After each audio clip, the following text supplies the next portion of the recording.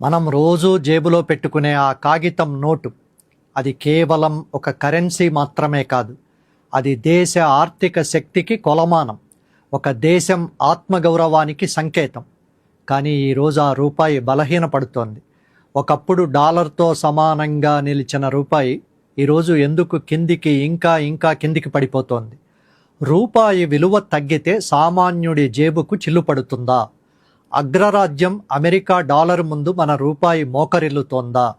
అసలు ఈ పతనానికి బాధ్యులెవరు? ఇది అంతర్జాతీయ కుట్ర, లేక మన ఆర్థిక వ్యవస్థలో ఉన్న అంతర్గత బలహీనత?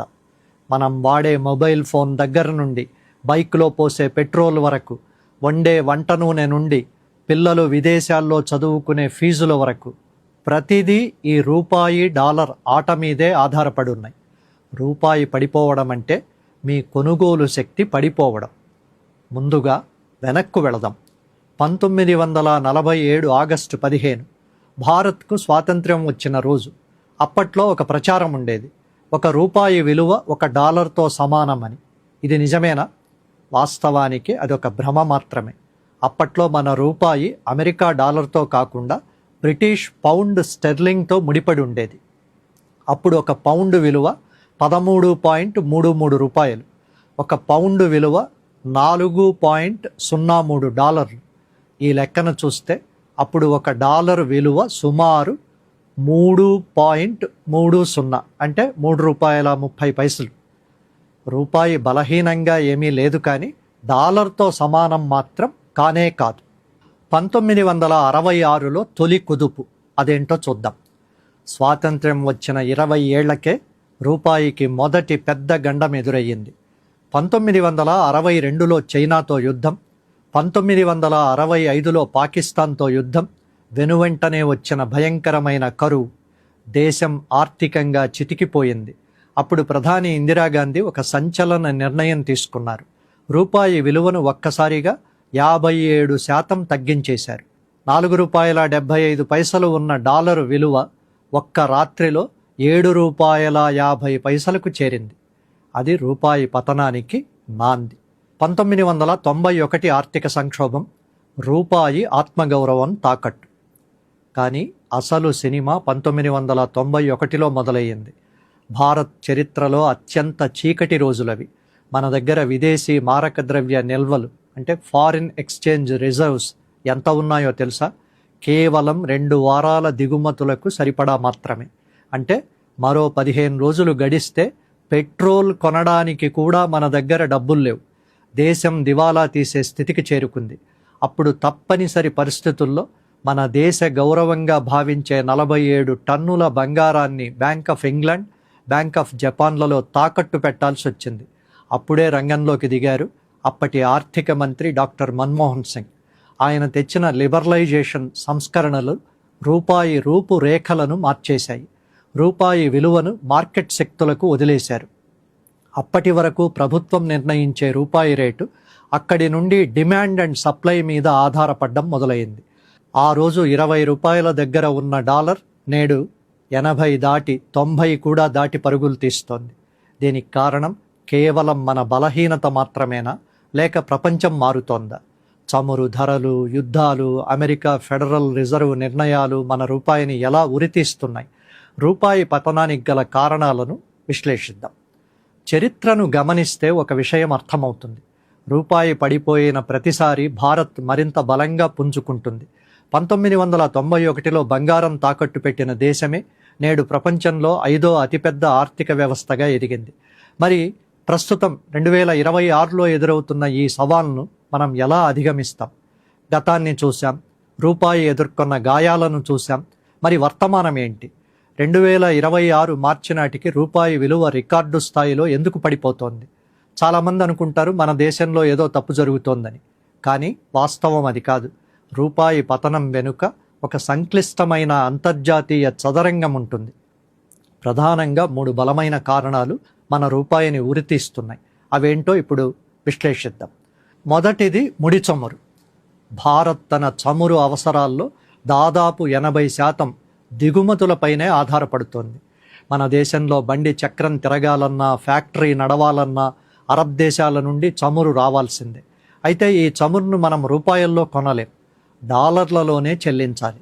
అంతర్జాతీయ మార్కెట్లో చమురు ధర $1 పెరిగినా మన దేశం వేల కోట్ల రూపాయల అదనపు భారాన్ని భరించాలి. మనం ఎంత ఎక్కువ డాలర్లు చెల్లించాల్సి వస్తే మార్కెట్లో డాలర్కు అంత డిమాండ్ పెరుగుతుంది. డిమాండ్ పెరిగిన వస్తువు ధర పెరుగుతూ ఉంటుంది. అది డాలర్ అయినా సరే, ఫలితంగా రూపాయి విలువ పడిపోతుంది. రెండోది అమెరికా ఫెడ్ రేట్లు. అమెరికాలోని సెంట్రల్ బ్యాంక్ ఫెడ్ అంటారు, వడ్డీ రేట్లను పెంచినప్పుడు ప్రపంచవ్యాప్తంగా ఉన్న పెట్టుబడిదారులు భారత్ లాంటి అభివృద్ధి చెందుతున్న దేశాల నుండి తమ డబ్బును వెనక్కు తీసుకుంటారు. ఎందుకంటే అమెరికాలో పెట్టుబడి పెట్టడం సురక్షితమని అనుకుంటారు వాళ్ళు. ఇలా మన మార్కెట్ నుండి డాలర్లు బయటకు వెళ్ళిపోవడాన్ని క్యాపిటల్ అవుట్ఫ్లో అంటారు. డాలర్లు వెళ్ళిపోయే కొద్దీ ఇక్కడ మిగిలిన రూపాయి ఒంటరిదై బలహీనపడుతూ ఉంటుంది. రెండోది వాణిజ్య లోటు. మన వాణిజ్య లోటును సరళంగా చెప్పాలంటే ఇతర దేశాలకు అమ్మే వస్తువుల కంటే, అంటే ఎక్స్పోర్ట్స్ కంటే, వాళ్ళ నుండి కొనే వస్తువులు అంటే ఇంపోర్ట్స్ ఎక్కువగా ఉండడం. మనం సాఫ్ట్వేర్ ఎగుమతి చేస్తున్నాం, ఫార్మా రంగాన్ని శాసిస్తున్నాం, కానీ మన విలాసాలు, అవసరాలు అంతకంటే ఎక్కువగా ఉన్నాయి. ముఖ్యంగా ఎలక్ట్రానిక్స్, బంగారం. మనం వాడే ప్రతి స్మార్ట్ ఫోన్ వెనుక, మనం కొనే ప్రతి తులం బంగారం వెనుక మన రూపాయి విదేశాలకు తరలిపోతోంది. విదేశీ వస్తువులపై మనకున్న మోజు మన రూపాయిని డాలర్ ముందు మోకాళ్ల మీద నిలబెడుతోంది. మనం ఎగుమతులు పెంచి దిగుమతులు తగ్గించుకోనంత కాలం రూపాయి పతనాన్ని ఆపడం అసాధ్యం.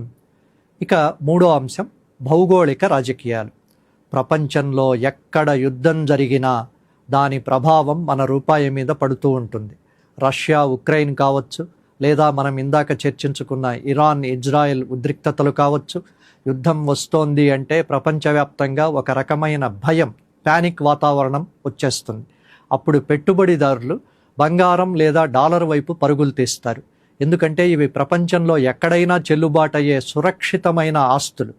యుద్ధ మేఘాలు కమ్ముకున్న ప్రతిసారి డాలర్ బలపడుతుంది, మన రూపాయి బలహీనపడుతుంది. పశ్చిమాసియాలో డ్రోన్లు ఎగిరితే ఇక్కడ మన రూపాయి రెక్కలు తెగి కింద పడుతూ ఉంటుంది. సామాన్యుడిపై దీని ప్రభావం, మన జేబుకు చిల్లు. అది ఎలా ఉంటుందో చూద్దాం. రూపాయి పడిపోతే నాకేంటి, నేను డాలర్లలో జీతం తీసుకోవడం లేదు కదా అని మనం అనుకుంటే అది పొరపాటు. రూపాయి పతనం అంటే అది కేవలం ఒక దేశం ఆర్థిక రంగానికి సంబంధించిన అంకె కాదు. అది మీ వంటింటి బడ్జెట్ను తలకిందులు చేసే ఒక అదృశ్య శత్రువు. మొదటిది ఇందులో ద్రవ్యోల్బణం. మనం దిగుమతి చేసుకునే ప్రతి వస్తువు ధర పెరుగుతుంది. క్రూడ్ ఆయిల్ ధర పెరిగితే ఇక్కడ పెట్రోల్, డీజిల్ ధరలు పెరుగుతాయి. డీజిల్ ధర పెరిగితే సరుకుల రవాణా ఖర్చు పెరుగుతుంది. అంటే పక్క రాష్ట్రం నుండి వచ్చే కూరగాయలు మొదలు పప్పుల వరకు అన్నీ ప్రియమైపోతాయి. మీరు వాడే స్మార్ట్ ఫోన్, ల్యాప్టాప్, చివరకు మీరు వాడే వంట నూనె ధర కూడా డాలర్ రేటుతోనే ముడిపడి ఉంది. రూపాయి పడిపోవడం అంటే మీ జేబులోని ₹100 నోటు కొనుగోలు శక్తిని కోల్పోవడమే. ఇక రెండోది విదేశీ విద్య. ఈ రోజుల్లో లక్షలాది మంది భారతీయ విద్యార్థులు అమెరికా, కెనడా, యూకే లాంటి దేశాల్లో చదువుకుంటున్నారు. ఒక విద్యార్థి ఫీజు ఏడాదికి $50,000 అనుకుంటే రూపాయి విలువ 80 నుండి 92కు చేరితే కేవలం ఆ అదనపు ₹12 తేడా వల్ల ఆ విద్యార్థి కుటుంబం అదనంగా ₹6 లక్షల భరించాల్సి వస్తుంది. మధ్యతరగతి తల్లిదండ్రుల ఆశలపై ఇది ఒక పెద్ద పిడుగు. ఇక మూడోది కార్పొరేట్ అప్పుల భారం. మన దేశంలోని పెద్ద పెద్ద కంపెనీలు తక్కువ వడ్డీకి వస్తాయని విదేశాల నుండి డాలర్లలో అప్పులు తెచ్చుకుంటాయి. రూపాయి బలహీనపడినప్పుడు వారు తీసుకున్న అప్పు అసలు కంటే తిరిగి చెల్లించాల్సిన మొత్తం భారీగా పెరుగుతూ ఉంటుంది. ఇది కంపెనీల లాభాలను దెబ్బతీసి చివరకు ఉద్యోగ కోతలకు, అంటే లే ఆఫ్స్కు కూడా దారితీస్తుంది. భవిష్యత్ ఎలా ఉంటుంది? మరి దీనికి పరిష్కారం ఏంటి? మనం ఎప్పుడూ డాలర్ కంటి చూపుకు భయపడాల్సిందేనా? లేదు. భారత్ ఇప్పుడు ఆత్మనిర్భర బాట పట్టింది. రూపాయిని గ్లోబల్ కరెన్సీగా మార్చే పని మొదలయ్యింది. మొదటి ఆయుధం ఇందులో డీడాలరైజేషన్. రష్యా, యుఏఈ లాంటి దేశాలతో మనం ఇప్పుడు రూపాయిలోనే వ్యాపారం చేస్తున్నాం. అంటే మనం చమురు కొన్నప్పుడు వారికి డాలర్లు ఇవ్వాల్సిన పని లేదు, మన రూపాయలే ఇస్తాం. దీనివల్ల డాలర్పై మనం ఆధారపడడం తగ్గుతుంది. ఇక రెండోది డిజిటల్ రూపాయి. ఆర్బీఐ ప్రవేశపెట్టిన central bank digital currency CBDC భవిష్యత్తులో అంతర్జాతీయ లావాదేవీలను వేగవంతం చేస్తుంది. మధ్యలో ఏ విదేశీ బ్యాంకు ప్రమేయం లేకుండానే మనం వ్యాపారం చేయొచ్చు. ఇక చివరిది మేక్ ఇన్ ఇండియా. మనం ఎన్ని స్మార్ట్ ఫోన్లు మన దేశంలోనే తయారు చేస్తే అంత తక్కువ డాలర్లు విదేశాలకు వెళతాయి. మనం దిగుమతిదారుల నుండి ఎగుమతిదారులుగా అంటే నెట్ ఎక్స్పోర్టర్స్గా మారినప్పుడే రూపాయికి అసలైన గౌరవం దక్కుతుంది. చమురుకు ప్రత్యామ్నాయంగా గ్రీన్ హైడ్రోజన్, సోలార్ ఎనర్జీ వైపు మళ్ళడమే మన రూపాయికి రక్షణ కవచం అవుతుంది. దయచేసి ధాత్రి టీవీని సబ్స్క్రైబ్ చేసి పక్కనే ఉన్న బెల్ ఐకాన్ను క్లిక్ చేయండి. ఈ వీడియోను లైక్ చేసి మీ మిత్రులకు షేర్ చేయండి. మీ అభిప్రాయాలను కామెంట్లలో పోస్ట్ చేయండి. ఫేస్బుక్, ఇన్స్టాగ్రామ్, ఎక్స్లో మమ్మల్ని ఫాలో అవ్వండి. ఇలాంటి మరిన్ని ఆసక్తికరమైన కథనాల కోసం మా వెబ్సైట్ iDhatri.com చదవండి.